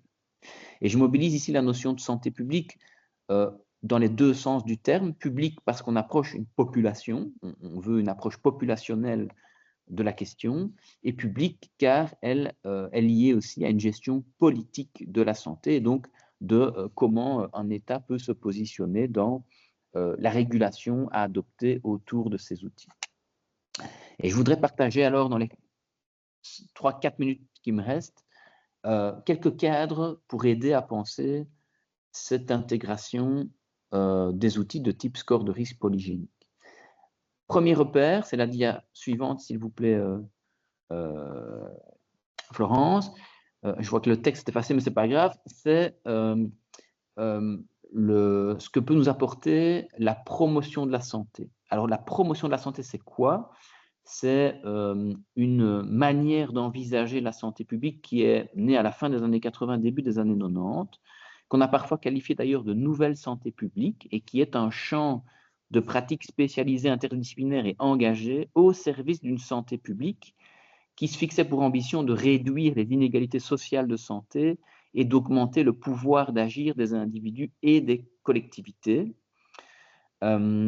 et qui a contribué à donner un cadre pertinent pour penser et mettre en œuvre une santé publique et organiser des services de santé plus équitables et démocratiques. Et la vision de l'intervention en santé publique construite avec une orientation de promotion de la santé se construit autour de 4 gros blocs que vous voyez dans les cadres bleus à l'écran. C'est une vision de la santé salutogénique, donc là, penser les ressources des individus au service de la santé, et la santé plutôt sous un aspect plus positif de ressources chez les individus au service d'accomplissement de leurs objectifs de vie. Un regard majeur sur les inégalités sociales de santé et un mouvement de justice sociale. La santé considérée comme le produit de l'interaction de multiples déterminants, en repositionnant que les déterminants les plus structurants de la santé ne se situent pas dans le système de santé lui-même, mais dans des aspects de conditions de vie, de déploiement de la vie des individus. Et puis, des enjeux de démocratie sanitaire, c'est-à-dire de participation citoyenne et d'empowerment sur les questions de santé, de développement des interventions de santé. La dia suivante est toujours axée sur cette orientation promotion de la santé. C'est un extrait de la charte d'Ottawa que vous connaissez peut-être et qui résonne assez bien dans le milieu de la santé publique et qui est une charte qui va donner des repères sur l'action en santé en disant qu'il ne suffit pas de travailler sur l'éducation ou le renforcement des aptitudes individuelles, personnelles, donc des citoyens ou des patients pour améliorer l'état de santé, mais qu'il faut aussi agir à partir d'autres stratégies, la création de milieux favorables, la réorientation des services de santé ou encore l'établissement d'une politique publique saine. Et je pense que c'est un repère important pour dépasser le focus sur la responsabilité individuelle et travailler de manière équilibrée sur les autres stratégies, notamment de création d'environnements favorables, comme l'a déjà appelé Florence, qui ont un impact considérable sur la santé des individus. Donc voilà déjà quelques éléments à penser, d'aide à penser, me semble-t-il, pour questionner la mise à l'épreuve de l'implémentation des scores de risque selon des principes de promotion de la santé. On pourrait s'interroger sur la compatibilité entre le projet porté par les scores de risque et celui par la promotion de la santé. Deuxième élément de repère, c'est la dia suivante s'il vous plaît, concerne des critères pour la mise en œuvre d'un dépistage. Alors, vous savez que la santé publique a une longue histoire dans le développement des dépistages, puisque dès les années 60, où avec l'essor des technologies et de l'optimisme médical, je dirais qu'il y a eu foison de développement de systèmes de dépistage, ce qui a poussé des auteurs, et notamment repris par l'Organisation mondiale de la santé, à développer toute une série de critères ou des conditions pour la réalisation de dépistage au niveau des individus. La question est toujours ce risque-bénéfice qui vient encadrer finalement la mise en œuvre de ces dépistages. Alors, les premiers travaux datent, vous voyez, publication des années 70. Alors, je passe rapidement pour aller à la dia suivante parce que ces travaux ont fait l'objet d'actualisation, notamment dans le domaine de la génomique, avec ici une publication de 2011 publiée dans une revue de santé publique génomique. Alors, je ne vais pas passer en détail chacun des critères, mais il pourrait être considéré comme chacun une aide à penser finalement dans est-ce que le dépistage mobilisant les PRS est est garant de conditions nécessaires à sa mise en œuvre. Exemple, le premier item, c'est les avantages globaux du dépistage devraient l'emporter sur les inconvénients potentiels, y compris les inconvénients psychologiques, physiques et sociaux. Et Florence nous a mis en garde tout à l'heure sur les inconvénients psychologiques, cette idée d'avenir ouvert. Au contraire, un avenir non ouvert, ce serait celui où la personne est enfermée dans un risque qui lui est confié, avec potentiellement des conséquences psychologiques qui pourraient peser liées à l'annonce de ce risque majoré chez l'individu. Et donc, on n'a pas aujourd'hui encore beaucoup de recul sur les risques induits par simplement l'annonce aussi de ce type d'information chez les individus. Donc, ça nous amène à beaucoup de prudence. Autre élément, les consommateurs, c'est le point 3. Les consommateurs devraient associer à l'élaboration des politiques publiques de dépistage avec les membres de leur famille, donc être impliqués dans le processus de dépistage. Donc, on est dans la construction de scénarios d'usage qui devraient se faire avec les usagers. Je vous prends un dernier exemple. C'est la question de l'assurance qualité qui devrait être intégrée, c'est le point 12, à tous les niveaux du programme de dépistage, ainsi que l'évaluation continue du programme qui doit être planifié dès le départ. Et ouvrant cet aspect-là de programme, ça me permet alors de glisser en fait sur la dia suivante, qui est toujours dans la prolongation des critères de mise en place de dépistage, mais où je nuance la question autour de l'introduction de dépistage opportuniste versus organisé. Un dépistage opportuniste, c'est un dépistage qui va être fait, comme son nom l'indique, de manière opportuniste par proposition d'un médecin à son patient à l'occasion d'une consultation pour un motif quelconque. Et donc, on va profiter de cette consultation pour dire, tiens, est-ce que vous avez déjà eu l'opportunité de faire tel ou tel examen? Un dépistage organisé est un système ou un programme complet de prévention qui va en fait s'organiser autour d'un système ou de la construction d'une politique globale qui recourt à l'outil ici en particulier de PRS. Et ça a été décrit par de nombreux auteurs. En fait, le fait de penser l'utilisation du PRS dans un programme organisé, c'est tout le détail du cadre au milieu de la DIA, mais permet, et c'est ce qui vient dans le résumé à droite, en fait, de donner des garanties de qualité, de traçabilité et d'équité à l'usage de ces PRS. C'est les programmes aussi qui permettent une évaluation scientifique continue et qui permettent de réduire les incohérences et les dépistages inutiles liés aux pratiques opportunistes variables. Donc, ici, la santé publique nous amène à considérer comment on doit réfléchir l'intégration de l'outil dans un programme avec toutes les composantes que ce programme appelle, depuis l'invitation et la proposition peut-être systématique de ces outils à l'ensemble de la population, avec des méthodes adaptées en fonction de la littératie notamment de la population, jusqu'à sa mise en œuvre, la libération des résultats et tout le suivi qu'il y a à la communication des résultats, puisque évidemment, il ne suffit pas de dépister. Un des premiers critères, c'est de savoir ce qu'on va proposer en aval aux participants à ce type d'initiative. Les derniers repères que je vous propose, et ce sera la dernière dia peut-être que je vais commenter, c'est ce qu'on appelle les fonctions essentielles de santé publique. Alors, les fonctions essentielles de santé publique, c'est un cadre de référence, de nouveau ici récupéré par l'Organisation mondiale de la santé, pour structurer les missions et les responsabilités des systèmes de santé dans le domaine de la santé publique. Et donc, elle représente ce qu'on va dire les activités fondamentales qu'un système de santé doit assurer pour protéger, promouvoir et restaurer la santé des populations, indépendamment du contexte ou du pays. Alors ici, je dirais, l'idée, d'ailleurs, qui a été engagée par certains auteurs, c'est de reprendre chacune de ces fonctions essentielles et de les questionner à partir ou sur l'objet d'implémentation des scores de risque polygénique en population générale et en matière de prévention. Et ça amène de nouveau des considérations qui me paraissent importantes. Si on zoome sur 2-3 points, et c'est la dia suivante, on voit par exemple le point 3 consiste à l'information, l'éducation et l'empowerment de la population sur ces questions de santé. On va retrouver par exemple un agenda sur comment préparer le public ou les citoyens à cette notion de littératie génomique. Et donc dès maintenant, on pourrait s'engager sur une éducation des citoyens sur ces questions-là.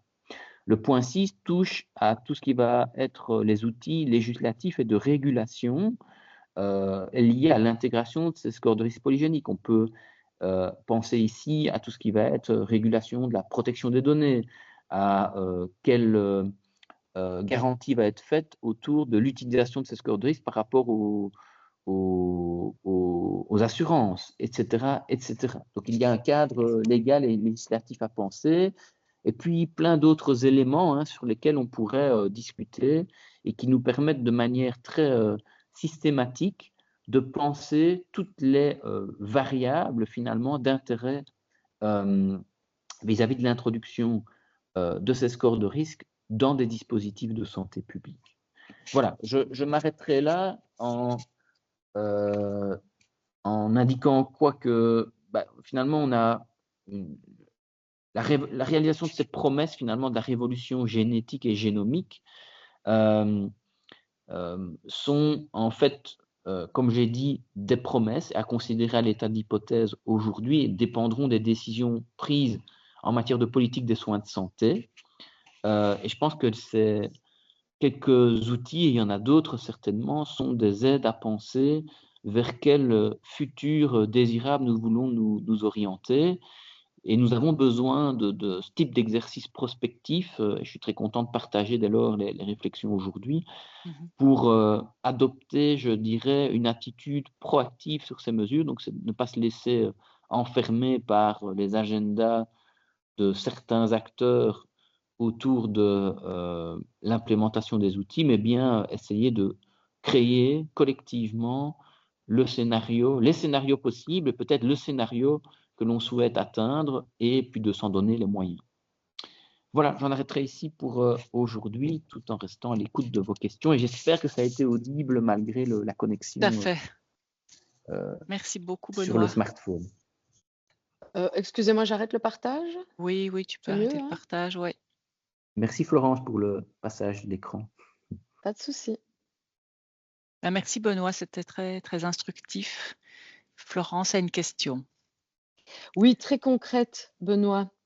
Je pense que tu as souligné, enfin, tu as mis en évidence un point dont on n'avait pas tellement parlé en fait dans les semaines précédentes ou dans les mois précédents, qui est, c'est une promesse. Il y a plein de freins en fait, et parce qu'il y a des technologies concurrentes, parce que il y a des intérêts en tension, etc.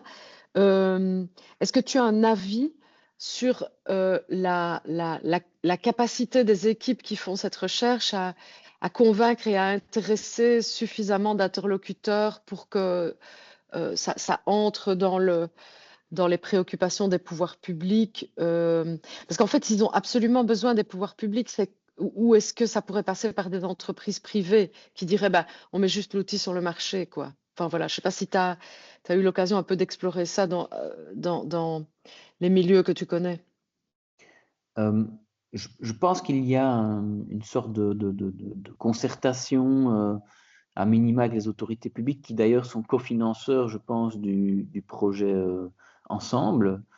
Il y a notamment ce groupe Medrésiste où je pense qu'il y a des interlocuteurs du cabinet qui sont des invités permanents. Nathalie, je pense. Oui, tout à fait. Maintenant, je pense que si on veut aller plus loin dans une démarche de concertation, il faut s'en donner les moyens. Et Florence, ta question me tend une perche pour un peu présenter un agenda que l'on a de travail, notamment avec Bernard qui est ici à l'écran, puisqu'on avait demandé à la région wallonne de nous financer pour essayer de travailler autour d'une feuille de route, justement, sur l'usage que l'on peut faire de ces outils PRS dans le paysage de la médecine préventive.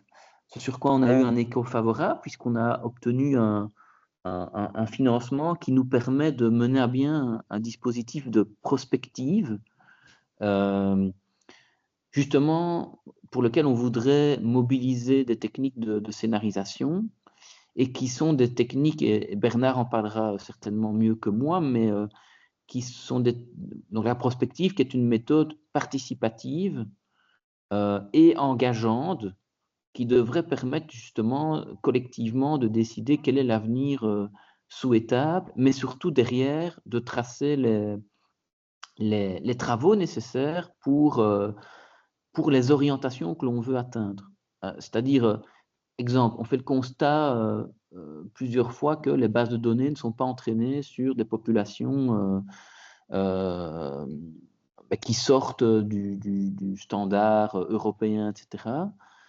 Mais on a tendance quand même à reproduire ces éléments-là par facilité d'accès à la population. Et donc, si on veut véritablement, par exemple, inscrire la démarche dans une mesure de lutte contre les inégalités sociales de santé, il faut que ça apparaisse comme un élément critique dans le développement futur, et on devrait pouvoir mettre de l'argent pour des projets qui entraîneraient ou qui mobiliseraient des données sur ces populations plus vulnérables. Et on peut appliquer ça à différentes variables.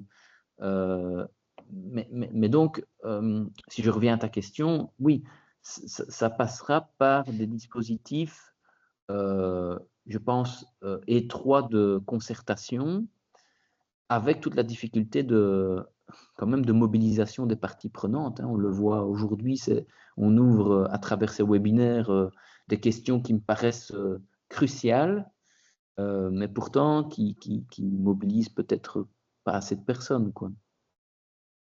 Donc c'est la question de comment on peut intéresser les parties prenantes sur ces questions qui sont des questions de société, en fait. Bernard, je traduis bien nos réflexions en cours. Mais je pense que beaucoup sont intéressés. La difficulté, c'est de mobiliser. C'est cette espèce de passage entre l'intérêt et la mobilisation. Mais soit. Peterson, je te laisse la parole. Oui, hop, je remets ma caméra. Merci beaucoup. Merci pour ces 3 présentations. Vraiment, elles étaient bien. Ça a répondu à plusieurs de mes questions. Déjà, j'en avais écrites quelques-unes pendant les exposés, et finalement, au fur et à mesure des séances de questions-réponses. En tout cas, je me suis rendu compte que certaines personnes se posaient les mêmes questions que moi, donc ça me rassure. Mais je voulais quand même rebondir sur la première présentation où on exposait le projet ensemble.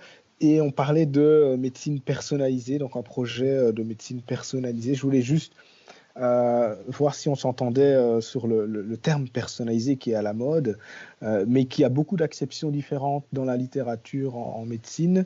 Je le sais parce que je fais une thèse sur la personnalisation des soins en psychiatrie, et il y a 2 grandes acceptions du terme personnalisé. C'est d'un côté la précision dans les mesures, dans la recherche, et c'est notamment tout ce qui est en lien avec les questions de génomics et multi-omics research.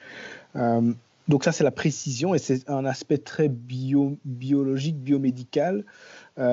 Ou alors l'aspect individuel, donc faire un score par exemple qui serait propre à une seule personne unique dans le monde. Et donc ça veut dire qu'il y a finalement 3 acceptions. Et puis encore une autre acception qui est un aspect un peu plus politique, c'est centré sur la personne, centré sur les valeurs, les attentes, les préférences, les besoins de la personne, parce que le terme personnalisé renvoie au terme personne, qui est un terme éminemment politique, éminemment citoyen finalement. Donc je voulais savoir, voilà, le projet ensemble, est-ce qu'il vise quel type de personnalisation il vise, individuelle, précision biomédicale ou politique. Et puis, je voulais savoir si le projet Ensemble, il a démarré autour d'une réflexion autour de la désirabilité sociale de ce type de projet. Est-ce que ça émanait d'une volonté des associations de patients qui ont souffert de cancer, par exemple, d'avoir plus de prédictions, de prévention sur ce genre de maladie, ou est-ce que c'est un peu dans le discours mainstream en recherche actuellement, avec les big data, toujours vouloir aller plus loin dans la prédiction, dans le savoir et dans l'anticipation, au risque de ne pas savoir quoi faire de tout ce savoir, ou d'avoir trop de responsabilités une fois qu'on a tout ce savoir-là. Donc voilà, c'est vraiment cette réflexion autour de ce que c'est un projet. Mais j'essaie mes réflexions là parce que j'ai eu les mêmes durant ma thèse. Moi, ce n'est pas du tout une thèse de génétique, mais c'est aussi une histoire de personnalisation, de prédiction en psychiatrie. Et j'ai été confronté à toutes ces questions éthiques durant mes présentations, durant mes recherches avec les patients et avec les soignants. Donc, je vous soumets les mêmes questions. Donc voilà. Et puis une dernière question, c'était, oui, on en a parlé, mais au niveau des implications de tout savoir concernant les remboursements de soins, c'est un peu cette question de la faute propre. Hein. Une fois qu'on sait et qu'on n'a pas mis en place les mesures de santé publique que l'on suggère, voilà, quelles sont les conséquences pour la personne. Voilà, on sait que vous avez un score élevé, que vous devriez arrêter de fumer, vous devriez vivre en campagne et non en ville, ou l'inverse, mais vous ne l'avez pas fait, vous avez développé un cancer. Voilà, qui va payer, qui va continuer à payer malgré que vous saviez que vous pouviez agir, parce qu'effectivement, l'horizon ouvert est là, mais avec quelle liberté d'action si on choisit de s'en battre les uns et de faire quand même comme on a envie, quoi. Donc la liberté avant tout. Donc voilà, est-ce qu'il y a eu ces réflexions aussi autour de cela? Merci Peterson. Est-ce que je laisse Benoît répondre parce qu'Edouard est parti, il avait une autre réunion? Ou est-ce que à mon avis, Florent... je devrais faire appel à Florence pour répondre, mais peut-être sur les deux premières questions, je peux donner une brève réponse. Et puis, donc sur les acceptations de la personnalisation, etc., je dirais que dans le développement d'ensemble, pour le moment, on est plus sur des aspects de précision de la mesure et du développement biomédical, parce que les aspects même de scénario d'usage dans la pratique clinique n'est pas encore très développé. Je sais que Edouard a appelé les cliniciens, notamment du CHU, à développer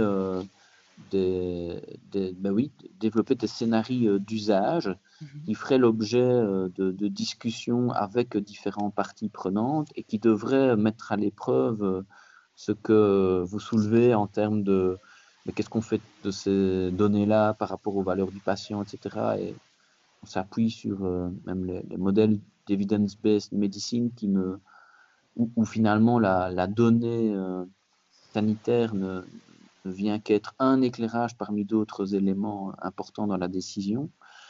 Voilà ce que j'ai envie de dire pour votre première question. Et pour la deuxième, en fait, la demande pour travailler sur les aspects de société a émané assez tôt d'Edouard Louis. Alors, je ne sais pas si ça vient de demandes de collectifs de patients ou autres. Je pense qu'au départ, il y avait un intérêt pour dire, mais on voudrait savoir si ces outils sont acceptables par la population, par les professionnels de santé, parce que je sais qu'ils ont rencontré dès la présentation de leur projet, notamment à des groupes de médecins généralistes, pas mal de réticences. Et où il s'est dit, oulala, il faut absolument qu'on prépare le terrain.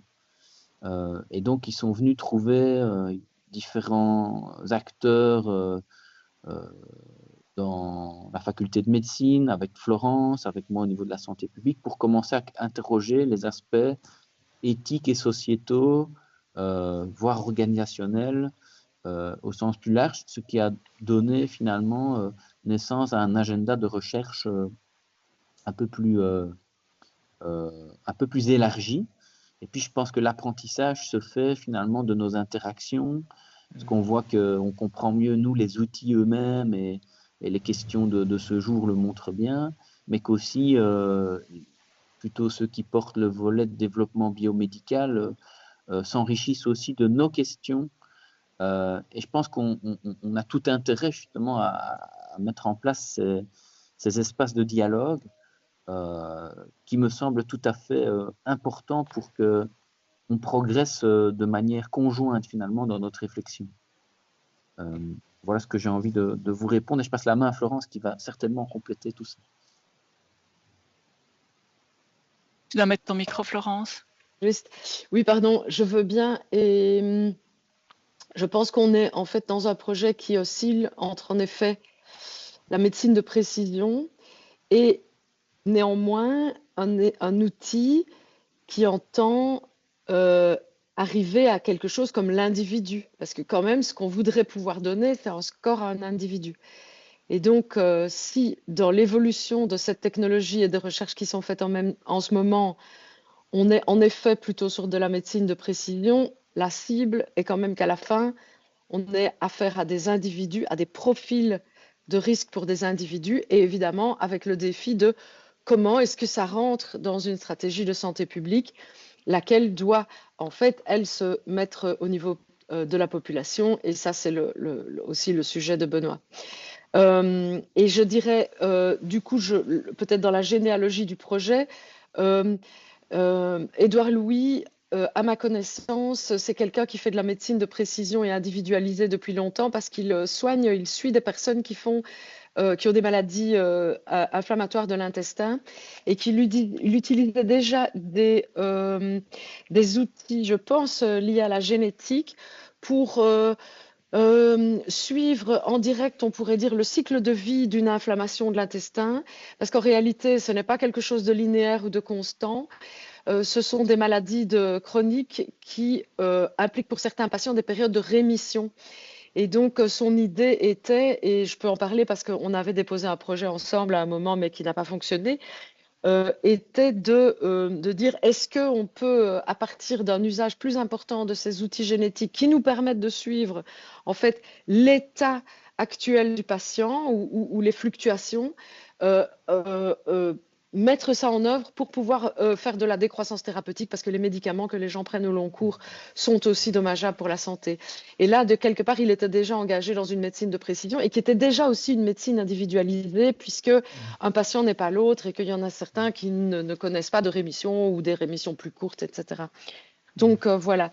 Alors, il me semble, la désirabilité. Donc, moi, je ne pense pas que ça soit quelque chose qui est émané comme ça de la société civile, qui disait qu'il nous faudrait une meilleure appréhension des risques individuels de santé. Je ne pense pas vraiment.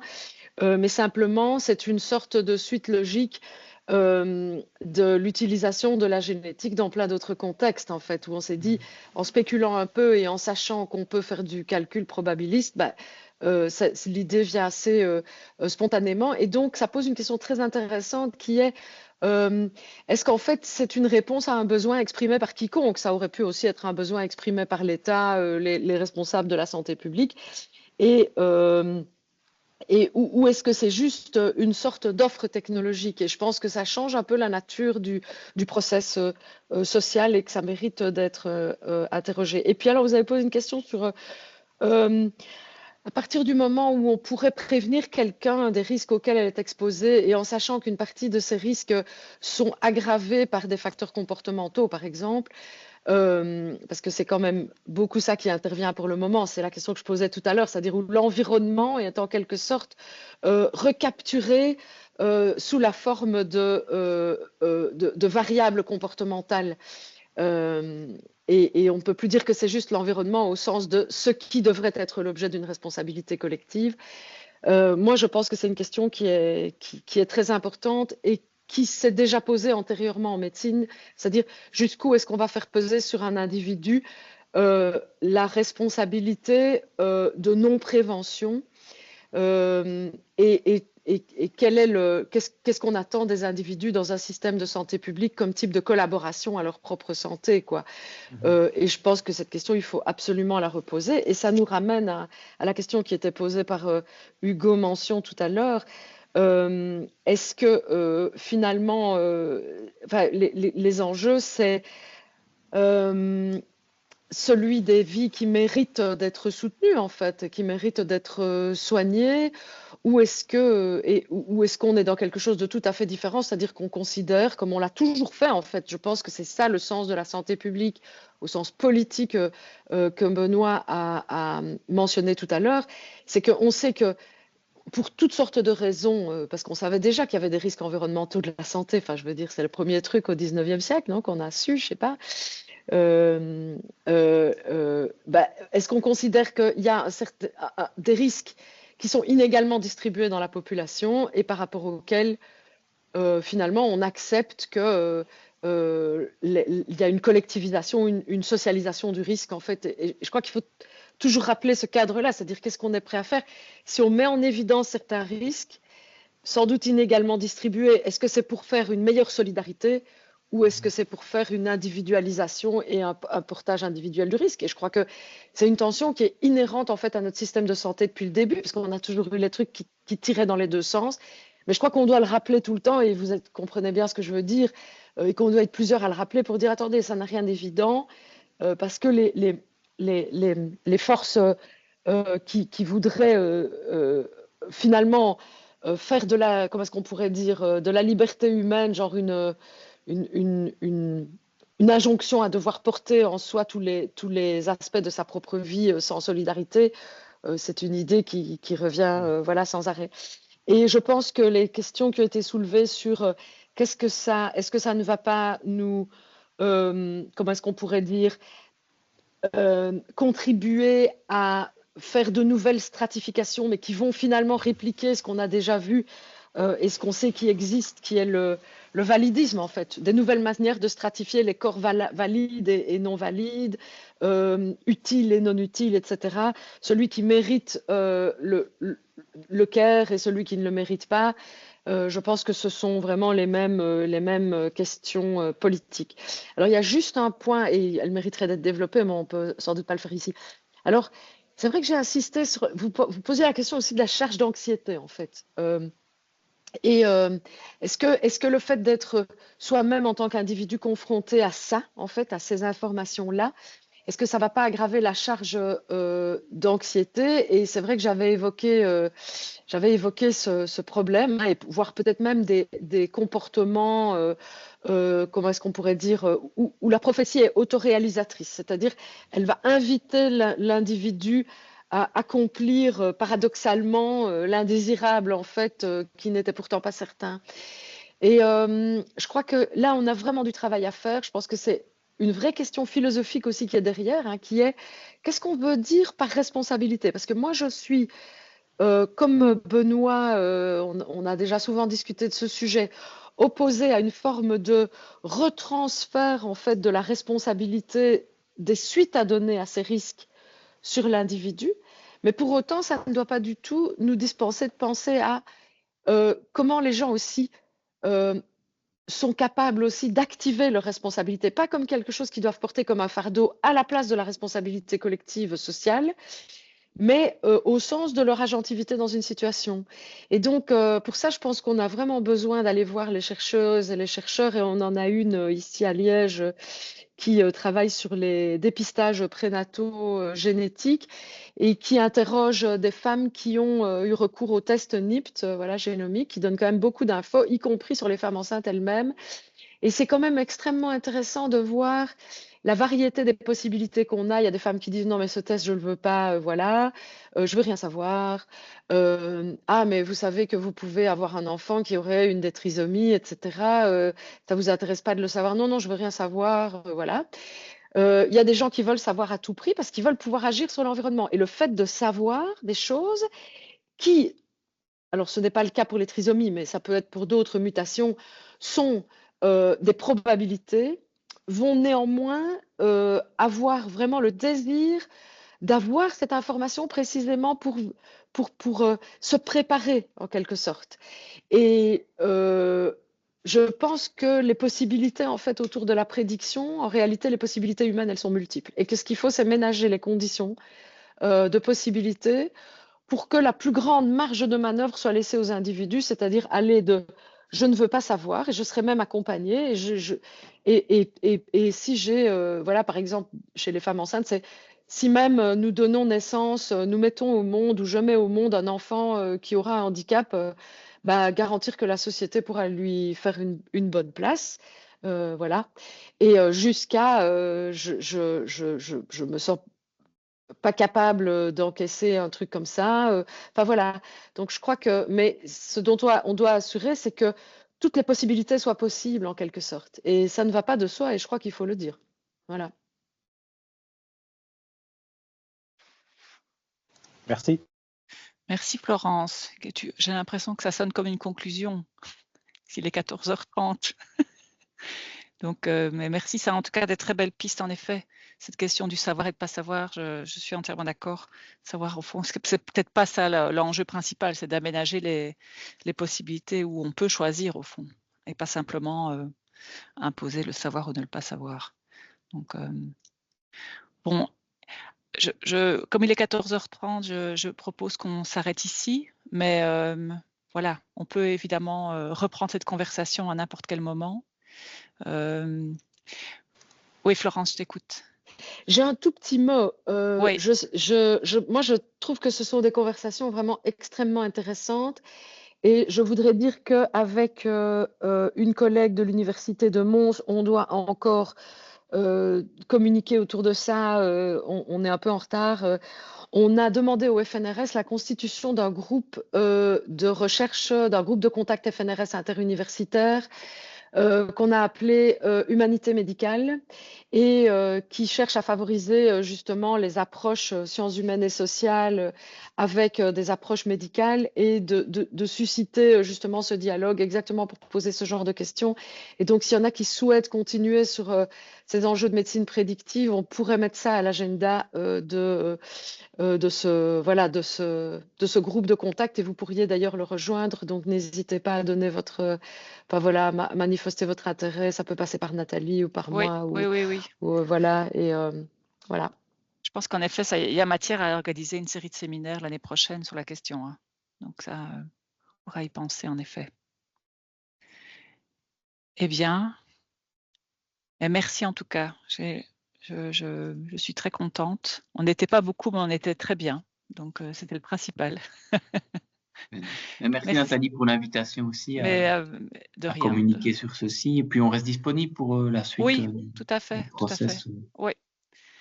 Donc, oui, alors ça a été enregistré, c'est toujours en train d'être enregistré d'ailleurs, c'est enregistré, ce sera disponible. Et puis moi, de toute façon, je ferai une petite synthèse et je ferai ça va aller dans le rapport Medrésiste. Mais c'est vrai que je pense que c'est un sujet, enfin, cette question de la prévention-prédiction, elle mérite plus qu'1 heure et demie de webinaire et un focus group. Elle mérite un ensemble de séminaires, à mon avis, sur une année. Je pense qu'on pourrait y penser pour l'année prochaine. Voilà, sur cette promesse, de nouveau, je vous propose qu'on en reste là. Merci à tous et à toutes d'avoir participé. Et voilà, et on prend bien note que Peterson est partant pour la médecine prédictive. Merci beaucoup. Bonne journée, merci beaucoup à tout le monde. Bon après-midi, oui. Bon après-midi, au revoir. Merci, au revoir.